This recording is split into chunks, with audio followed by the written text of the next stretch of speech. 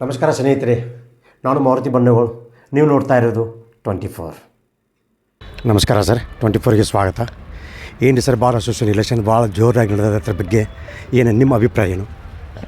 Sir, ನಾನು ಈಗ ಮುದ್ದೇಬೇಳದಲ್ಲಿ ವಾಸ ಮಾಡ್ತೀನಿ. ನಾನು ಕರ್ನಾಟಕ ರಾಜ್ಯ ವಕೀಲರ ಪರಿಷತ್ನಲ್ಲಿ ಸದಸ್ಯತ್ವ ಹೊಂದಲು ಅಭ್ಯರ್ಥಿಯಾಗಿ ಈ ಚುನಾವಣೆಯಲ್ಲಿ ಸ್ಪರ್ಧಿಸುತ್ತಿದ್ದು, ಈಗಾಗಲೇ 12 ಜಿಲ್ಲೆ ಎಲ್ಲ ಪ್ರಚಾರ ಮಾಡಿ ಈ ಜಿಲ್ಲೆಗೆ ಬಂದಿದ್ದೆ. ಇದು ನನ್ನ ಹೋಮ್ ಡಿಸ್ಟಿಕ್ಕು. ನಾನು ರಾಮದುರ್ಗ ತಾಲೂಕು ತುರ್ನೂರು ಪೈಕಿ. ನಾನು ಈಗಾಗಲೇ ಗೋಕಾಕ್ನಲ್ಲಿ ಪ್ರಾಕ್ಟೀಸ್ ಮಾಡ್ತಿದ್ದೆ.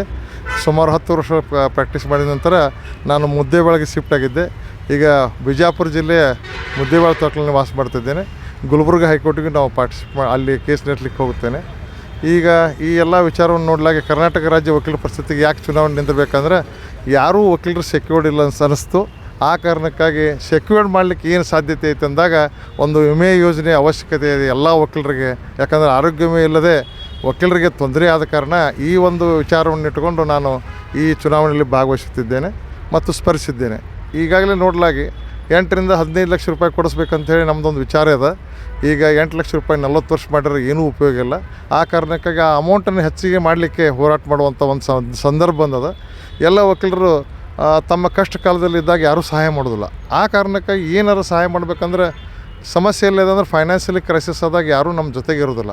ಆ ಉದ್ದೇಶದಿಂದ ನಮ್ಮ ಉದ್ದೇಶ ಏನಪ್ಪ ಅಂದ್ರೆ, ಈ ಹೋರಾಟದಲ್ಲಿ ಈ ಚುನಾವಣೆಯಲ್ಲಿ ನಾ ಗೆದ್ದು ಬಂದ ನಂತರ ನನಗಾಗಿ ಈಗ ಯಾರು ನನ್ನ ಇಷ್ಟು ವರ್ಷ 35 ವರ್ಷ ಸರ್ವಿಸ್ದಲ್ಲಿ ನಾವು ಫೈನಾನ್ಷಿಯಲಿ ಯಾವುದೂ ಸೌಂಡ್ ಇರದೇ ಇದ್ದರೆ ವಕೀಲರ ಪರಿಸ್ಥಿತಿ ಸಂಕಷ್ಟದಲ್ಲಿದ್ದಾಗ ಇದಕ್ಕೊಂದು ಅವಶ್ಯಕವಾದ ಫೈನಾನ್ಷಿಯಲ್ ಪ್ರಾಬ್ಲಮ್ ಕ್ಲಿಯರ್ ಮಾಡಬೇಕನ್ನೋ ಕಾರಣಕ್ಕಾಗಿ 15 ಲಕ್ಷದಿಂದ 25 ಲಕ್ಷವರೆಗೆ ಮತ್ತು ಅದನ್ನು 40 ವರ್ಷಕ್ಕೆ ಕೊಡಬೇಕಂತ ಏನೈತಿ ಅದನ್ನು ಮಾಡಬೇಕನ್ನೋ ಒಂದು ಸದುದ್ದೇಶ ಹೊಂದಿದ್ದೇನೆ. ಮತ್ತು ಸ್ಲ್ಯಾಬ್ ರೇಟ್ ಅದು ಅವಶ್ಯಕತೆ ಇಲ್ಲ. ಯಾಕಂದರೆ ಜೂನಿಯರ್ ಮತ್ತು ಸೀನಿಯರು ಸಾವು ಎಲ್ಲರಿಗೂ ಸಮ. ಆ ಕಾರಣಕ್ಕಾಗಿ ನಾನು ಹೇಳೋದಂತಂದ್ರೆ, ಯಾರೇ ವಕೀಲರು ತೀರ್ಕೊಂಡಾಗ ಅವ್ರಿಗೆ ಒಂದು ಪೂರ್ತಿಯಾದ ಹಣವನ್ನು ತಲುಪಲಿ ಅನ್ನೋ ಉದ್ದೇಶಕ್ಕಾಗಿ ಅದೊಂದು ನನ್ನ ಈ ಪ್ರಣಾಳಿಕೆಯಲ್ಲಿ ಹಾಕ್ಕೊಂಡಿದ್ದೇನೆ.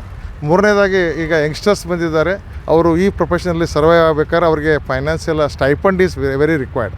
ನನ್ನ ಉದ್ದೇಶ ಇಷ್ಟೇ, ಆ ಸ್ಟೈಪಂಡನ್ನು 10 ಮಂದಿ ಕೊಡೋದು ಜಿಲ್ಲಾಕ್ಕೆ ಬೇಕಾಗಿಲ್ಲ, ಅದಕ್ಕೆ 50 ರಿಂದ 100 ಮಂದಿ ಕೊಡಬೇಕನ್ನೋ ಹೋರಾಟ ನನ್ನದು.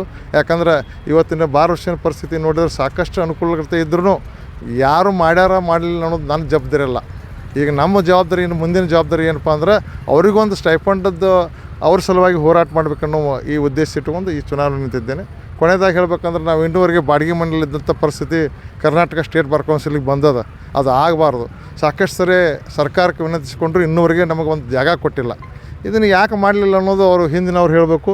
ಇನ್ನು ಮುಂದಿನವ್ರು ಇದಕ್ಕೆ ಹೋರಾಟ ಮಾಡ್ತೀನಿ ಅಂತ ಹೇಳಿ ನನ್ನ 2 ಮಾತು ವಿಚಾರ ನಾ ತಮ್ಮ ಮುಂದೆ ತಿಳಿಸೀನಿ. ಇದಲ್ಲದೆ ಇನ್ನೊಂದು ಏನಂದ್ರೆ, ನಾ ಈಗ ಅಪೀಲ್ ಮಾಡಲೇಬೇಕು. ನಾ ಈ ಬೆಳಗಾವಿ ಜಿಲ್ಲೆಗೆ ಬೆಳಗಾವಿ ಕೋರ್ಟಿಗೆ ಬಂದಿದ್ದ ಕಾರಣ ಇಷ್ಟೇ.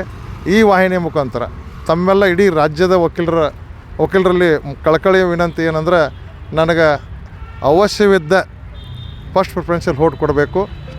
ಅದಕ್ಕಾಗಿ ನಾನು ತಮ್ಮಲ್ಲಿ ಈ ಕಳಕಳಿ ವಿನಂತಿ ಮಾಡ್ಕೋತೀನಿ. ಅದು ಮತ್ತು ನನ್ನ ಸೀರಿಯಲ್ ನಂಬರು 53. ನನ್ನ ಹೆಸರು ಕ್ವಾರಿ ಮುತ್ತಪ್ಪ ಹನುಮಂತಪ್ಪ ಅಂಥೇಳಿ, ಮುದ್ದೇಬೇಳ ಬಾರ್ ಅಸೋಸಿಯೇಷನ್. ದಯವಿಟ್ಟು ನನ್ನೆಲ್ಲರಿಗೂ ವೋಟ್ ಹಾಕಿ ನನಗೆ ಗೆಲ್ಲಿಸ್ಬೇಕಂತ ತಮ್ಮಲ್ಲಿ ಪ್ರಾರ್ಥಿಸುತ್ತೇನೆ. ಲೇಡೀಸು, ಇದು ಜನರಲ್ ವೋಟಿಂಗ್, ಇದರಲ್ಲಿ ಯಾವುದೂ ರಿಸರ್ವೇಷನ್ ಇಲ್ಲ. ದಯವಿಟ್ಟು ಈ ಎಲ್ಲ ವಕೀಲರು ಇದರಲ್ಲಿ ಗಮನದಲ್ಲಿ ಇಟ್ಕೋಬೇಕು. ಏನಂದರೆ, voting pattern is one and all for the same people. ಇದರಲ್ಲಿ ಯಾವುದೇ ಡಿಫರೆನ್ಸ್ ಇಲ್ಲ, ಹೆಣ್ಮಕ್ಳು ಗಂಡು ಮಕ್ಕಳು ಅನ್ನೋದು. ಇಲ್ಲಿ ಏನು ಪ್ರಶ್ನೆ ಅದ ಅಂದರೆ, ಸೀರಿಯಲ್ ನಂಬರ್ ವೈಸ್ ಯಾರಿಗೆ ನಾವು 1 ಹಾಕಬೇಕು 2 ಹಾಕಬೇಕು ಮತದಾರ ಡಿಸೈಡ್ ಮಾಡಬೇಕು. ಆ ಪ್ರಕಾರ ವೋಟಿಂಗ್ ಆಗ್ತದೆ. ಕೌಂಟಿಂಗ್ ಅದೇ ಪ್ರಕಾರ ಕೌಂಟಿಂಗ್ ಆಗ್ತದೆ. ಅದಕ್ಕೆ ಸೀರಿಯಲ್ ನಂಬರ್ 1, 2, 3 ಏನು ಬರೀತಿರಲ್ಲ, ಯಾವುದೇ ಅಂಕಿ ಬರೆಯೋಲ್ಲ, ಅದು ಅಕ್ಷರದಲ್ಲಿ ಇರಬೇಕು. ONE1 2W TW2 ಹಿಂಗೆ 23ವರೆಗೆ ತಾವು ವೋಟ್ ಕೊಡ್ಬೋದು.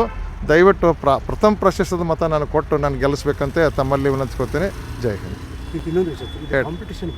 ಹಾಂ, ಈಗಾಗಲೇ ನೋಡಿರಿ, ಕರ್ನಾಟಕ ರಾಜ್ಯ ವಕೀಲರ ಪರಿಷತ್ ಚುನಾವಣೆಯಲ್ಲಿ ಸುಮಾರು 149 ಅಭ್ಯರ್ಥಿಗಳು ಸ್ಪರ್ಧಿಸುತ್ತಿದ್ದು, ಅದರಲ್ಲಿ 74,000 ವೋಟಿಂಗ್ ಇದೆ. ಅದರಲ್ಲಿ 74,000 ವೋಟಿಂಗ್ದಲ್ಲಿ ಎಷ್ಟು ವೋಟಿಂಗ್ ಆದ ನಂತರ ಒಂದು ಡಿಸಿಷನ್ ಮೇಕಿಂಗ್ ಬರ್ತದೆ. ಏನಂದ್ರೆ 65,000 ಆಗ್ಬೋದು, 68,000 ವೋಟಿಂಗ್ ಆಗ್ಬೋದು. ಆ highest vote taker first clearance ಮಾಡ್ತಾರೆ. 3 ಆ ಪ್ರಕಾರ ಹೋದರೆ 3,000 3,500 ವೋಟ್ ತೊಗೋಬೇಕು ಫಸ್ಟ್ ವಿನ್ನಿಂಗ್ ಕ್ಯಾಂಡಿಡೇಟ್. ಅಷ್ಟು ಆಗದೇ ಇದ್ದ ಪಕ್ಷದಲ್ಲಿ ಇದನ್ನು ಪ್ರಿಫರೆನ್ಷಿಯಲ್ ವೋಟ್ ಕೌಂಟ್ ಸ್ಟಾರ್ಟ್ ಮಾಡ್ತಾರೆ. ಯಾರು ಎಲಿಮಿನೇಟ್ ಹಾಕಾರ ಅವ್ರ ವೋಟು ಇನ್ನೊಬ್ಬರಿಗೆ ಸೆಕೆಂಡ್ ವೋಟ್ ತೊಗೊಂತ ಅವ್ರಿಗೆ ಅದು ಜಮಾ ಆಗುತ್ತೆ. ಅದಕ್ಕೆ ಈ ಪ್ಯಾಟ್ರನ್ದಲ್ಲಿ ವೋಟ್ ಆಗುತ್ತೆ. ದಯವಿಟ್ಟು ಏನಪ್ಪ ಅಂದ್ರೆ, ವೋಟ್ ಹಾಕೋದು ಕಾನ್ಷಿಯಸ್ ಇಟ್ಕೊಂಡು ವೋಟ್ ಹಾಕಬೇಕು. ಅದಕ್ಕೆ ನನ್ನ ವಿನಂತಿ ಏನಂದರೆ, ಎಲ್ಲರಿಗೂ ವೋಟ್ ಹಾಕುವ ಮೊದಲು ಅದ್ರ ಪ್ಯಾಟ್ರನ್ ತಿಳ್ಕೊಂಡು ವೋಟ್ ಹಾಕ್ಬೇಕಂತ ನನ್ನ ವಿಚಾರ. ಪ್ರತಿಯೊಬ್ಬರು ಇನ್ನೊಂದು ವಿಚಾರ ಏನಂದರೆ ನಮ್ಮ ಸೀರಿಯಲ್ ಮುಂದೆ ನಮ್ಮ ಫೋಟೋ ಇರ್ತದೆ, ನಮ್ಮ ಫೋಟೋ ನೋಡ್ಕೊಂಡು ವೋಟ್ ಹಾಕ್ಬೋದು. ಇನ್ನೊಂದು ನಮ್ಗೆ ಯಾವ ಅಭ್ಯರ್ಥಿ ಗೊತ್ತಿಲ್ಲ ಅಂದರೆ ನಮ್ಮ ಫೋಟೋ ನೋಡಿದ್ರು ವೋಟ್ ಹಾಕ್ಬೋದು ಆ ನಂಬರ್ಗೆ. ಆ ಕಾರಣಕ್ಕಾಗಿ ಈ ಎಲ್ಲ ವಿಚಾರಗಳನ್ನು ತಮ್ಮ ಮುಂದೆ ತಿಳಿಸಿದ್ದೇನೆ. ನನಗೆ ಮತ್ತೊಮ್ಮೆ ತಮ್ಮೆಲ್ಲರಿಗೂ ವಿನಂತಿಸಿ ನನ್ನ ಮಾತು ಮುಗಿಸ್ತೀನಿ. ಜೈ ಹಿಂದ್, ಜೈ ಕರ್ನಾಟಕ. ಸ್ನೇಹಿತರೆ, ಈ ವಿಡಿಯೋ ನಿಮಗೆ ಹೇಗೆ ಅನಿಸ್ತು ಅನ್ನೋದ್ರ ಬಗ್ಗೆ ಲೈಕ್ ಮಾಡಿ, ಶೇರ್ ಮಾಡಿ ಮತ್ತು ಸಬ್ಸ್ಕ್ರೈಬ್ ಮಾಡಿ.